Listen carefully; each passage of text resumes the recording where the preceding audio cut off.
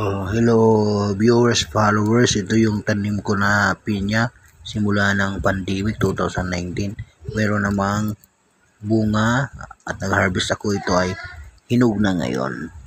Hindi na tayo bibili sa market. Sariling tanim natin. Napakasarap nito at masustansya. Ang pinya pineapple.